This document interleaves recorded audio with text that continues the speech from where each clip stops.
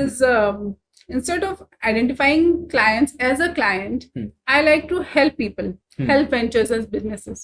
तो मैं उनको जब हेल्प करना स्टार्ट करती हूँ और उनको ये रियलाइजेशन होता है कि इस हेल्प के थ्रू अगर मैं इसको एक्चुअली इसको मैं अपने उसमें इम्प्लीमेंट करूँ अपने बिजनेस में तो मेरा ग्रोथ कितना होगा, तो उसके थ्रू वो फिर मेरे क्लाइंट्स बन जाते हैं.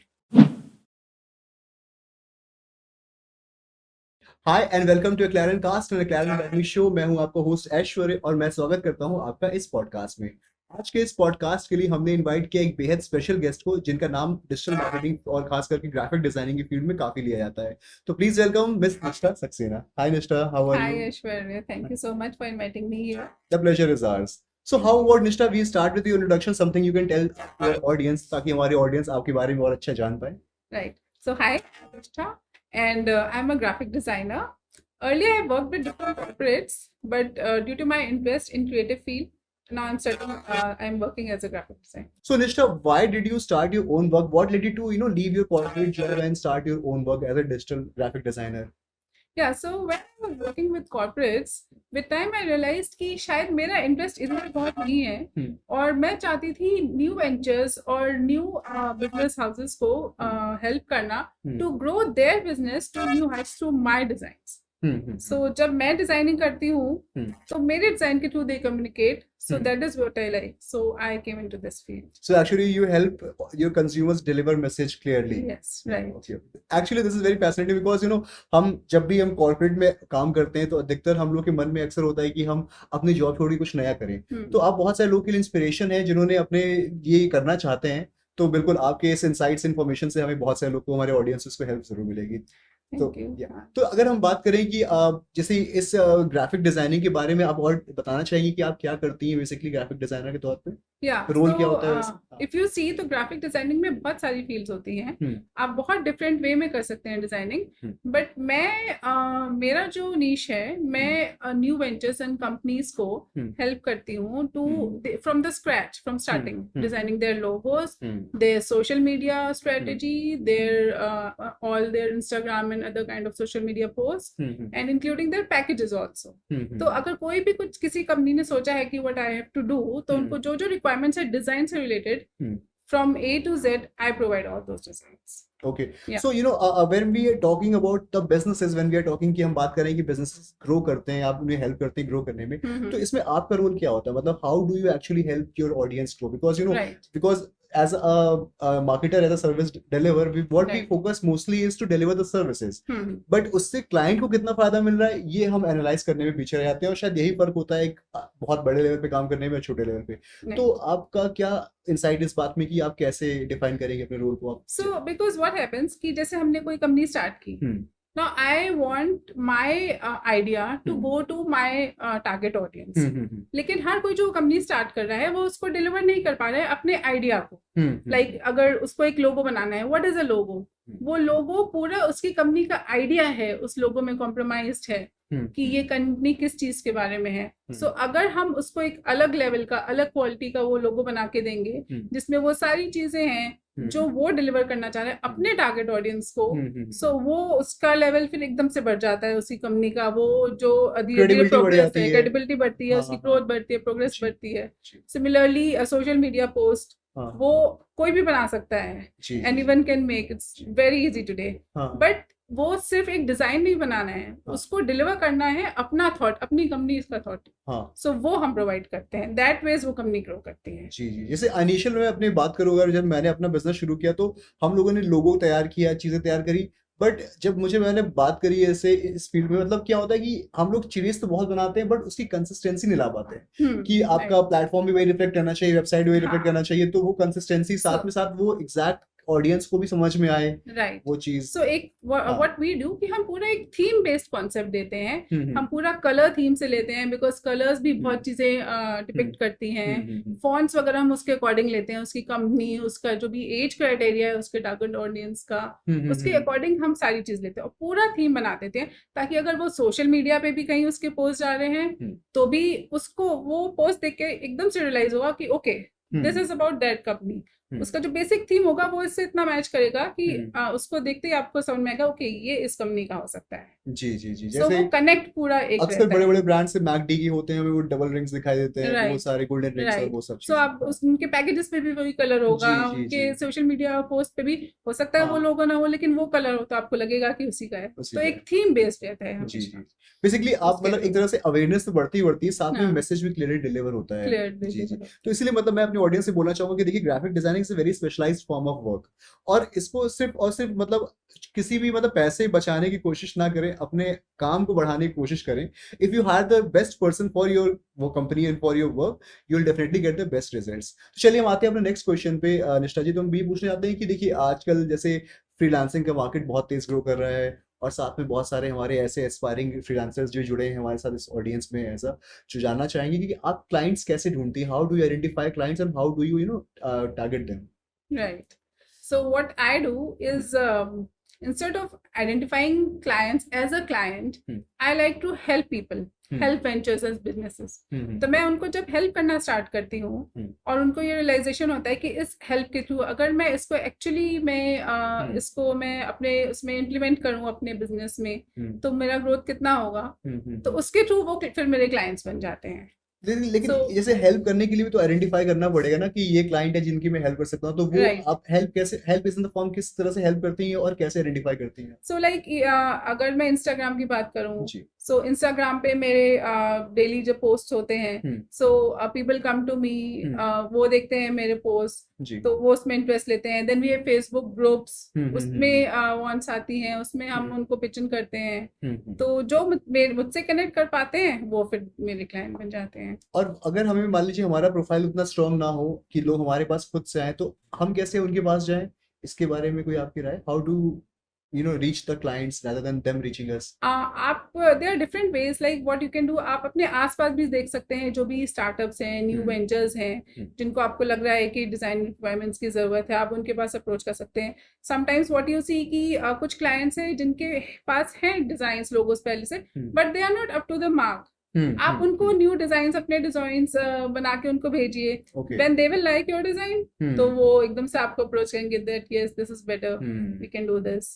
तो बेसिकली आपके कहने का मतलब ये कि rather than कि हम बहुत अपने प्रोडक्ट को पुश करें, हाँ इससे अच्छा हम उनकी हेल्प करें, उनकी अच्छी डिजाइन देखिए, कुछ लोगों को फ्री में भी कैटर कर सकते हैं, डेफिनेटली, क्योंकि आपका नाम ही बढ़ेगा, इससे कुछ नुकसान नहीं इफ यू होना। आर स्टार्टिंग, हाँ आप स्टार्टिंग में तो थोड़ा सा देना ही पड़ेगा कॉम्प्लीमेंट्री बिजनेस, जी जी आप दीजिए, उसके हाँ बाद वर्ड ऑफ माउथ से आपका बिजनेस बहुत बढ़ता है जी जी। समटाइम्स। तो basically we should actually you know focus on helping the people rather than focusing on selling selling and selling, because आज के जमाने में no one wants to be sold, so See what happens when हाँ we go to people in the manner of selling, उनको feeling आती है that you are pushing them to buy their products, हाँ correct तो correct उससे better है कि आप हेल्पिंग वे में जाएंगे तो उनको वो फीलिंग नहीं आएगी, and then they will come to you by themselves. Yeah. So you know, अभी तक तो जितना हमने जाना वो तो बहुत ही वैल्यूबल था, but now I'm going getting into the trade secrets and also you know, but it is important for our audience to know more about this kind of work, because you know हमारे freelancers जो हैं उनकी बहुत help होगी इससे। तो आप पूरे के पूरे प्रोसेस को आप बता सकती हैं, मतलब कि कैसे आप क्लाइंट को आइडेंटिफाई करके डील क्लोज करती हैं, तो एक मोटे तौर पे आप इसको कैसे, किस तरह से आप देखती हैं? राइट, सो अगर हमें कोई क्लाइंट मिला and we identify that this client is interested in us, तो हम सबसे पहले उनको एक फॉर्म सेंड करते हैं, दे फिल दैट फॉर्म। उसमें बहुत सारी इन डेप्थ डिटेल्स हमें थोड़ी चाहिए होती हैं कि उनको उनकी टारगेट ऑडियंस क्या है, क्या वर्क है, सारी चीज़ें वो फिल करते हैं, तो हमें उनकी रिक्वायरमेंट मिल जाती है। आफ्टर दैट रिक्वायरमेंट फिर हम उनको एक we like ask them to get on call with us, तो जूम कॉल या कोई भी कॉल करके हम कनेक्ट कर लेते हैं थोड़ा, एटलीस्ट 15-20 मिनट्स, सो दैट एक कनेक्ट भी बनता है एंड रिक्वायरमेंट्स थोड़ा सा डिस्कस कर ले तो वो बेटर वे में कम्युनिकेट हो जाती है। जी जी जी वो कर लेते हैं हाँ and then we send them a proposal. उस प्रपोजल में हम वी मेक श्योर कि थोड़ा सा उनके जिस टाइप का क्लाइंट है उनके अकॉर्डिंग ही वो प्रपोजल हो, जी जी वो सेंड करते हैं। If they are fine with that then we send them a contract अच्छा and we make the deal. Thank you so much for this insight.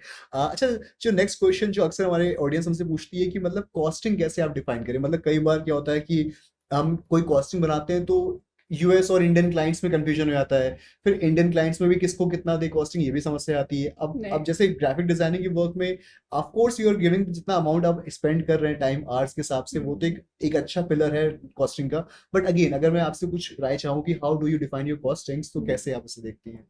So costing में एक्चुअली नंबर देना तो बहुत डिफिकल्ट होता है, जी बट क्या होता है कि सारे क्लाइंट्स डिफरेंट होते हैं, तो क्लाइंट टू क्लाइंट बहुत डिपेंड करता है। जी बट ऑलवेज मेक श्योर कि मैं I am affordable to the client, client मुझे अफोर्ड कर जी सके, जी मैं उसके ऊपर कुछ एक्स्ट्रा न पढ़ूँ कि क्लाइंट को लगे कि हाँ हाँ मैं इनको अफोर्ड नहीं कर सकती। जी जी सो जी। दैट वेज मैं हमेशा अपनी कॉस्टिंग रखती हूँ, तो अच्छा, लाइबिलिटी नहीं बनना चाहिए जी जी बेसिकली। बात तो बिल्कुल, क्योंकि कई कोई बिजनेस सफर कर रहे होते हैं, अगर आप उन्हें हाँ थोड़ा सा हेल्प कर राइट, दें शुरुआती फेज में, हाँ तो वो अपने आप अच्छा करेंगे, तो पैसे तो बाद में दे ही देंगे राइट। आपको, बट इनिशियली शुरुआती कॉस्ट उन्होंने में अपना तो सेटअप कर लिया, फिर तो उनको चाहिए आपकी, फिर देन हाँ they can pay.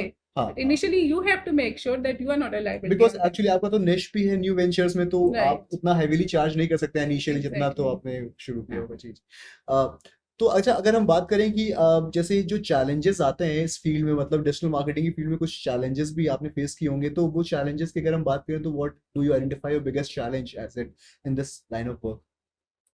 So I would say क्या होता है डिजाइनिंग में, इंस्टेड ऑफ लाइक हम डिजाइन तो कर रहे हैं क्लाइंट के लिए, hmm but that thing should deliver also for client. Hmm client को उससे फायदा हो रहा है, उसके ग्रोथ हो रहा है, वो चीज टारगेट के पास, ऑडियंस के पास पहुंच रही है कि नहीं, हम्म वो देखना बहुत जरूरी है। That is a big challenge, because हमने okay very beautiful 20 Instagram post हमने डिजाइन कर दिए, hmm but the challenge is are they organic, are they effective, are they getting leads, उससे कुछ फायदा हो रहा है।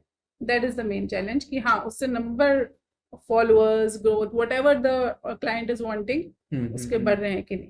Actually this is something very beautiful, because अगर हम शुरुआती दौर में देखते हैं तो हमें लगता है कि क्लाइंट पाना एक चैलेंज है, बट राइट, क्लाइंट के सक्सेस को मेजर करना भी तो एक चैलेंज है, जो कि एग्जैक्टली। क्लाइंट अगर स्टार्टिंग। सक्सेस नहीं उसका हाँ हो रहा है हमारे डिजाइन के थ्रू, हाँ then there is no point. हाँ, नो पॉइंट एक्चुअली, शुरुआत में कुछ कॉन्ट्रैक्ट मिलेंगे तो, पर वो आगे नहीं बढ़ेगा हाँ, काम, बिल्कुल उस बात में तो बिल्कुल सही बात है।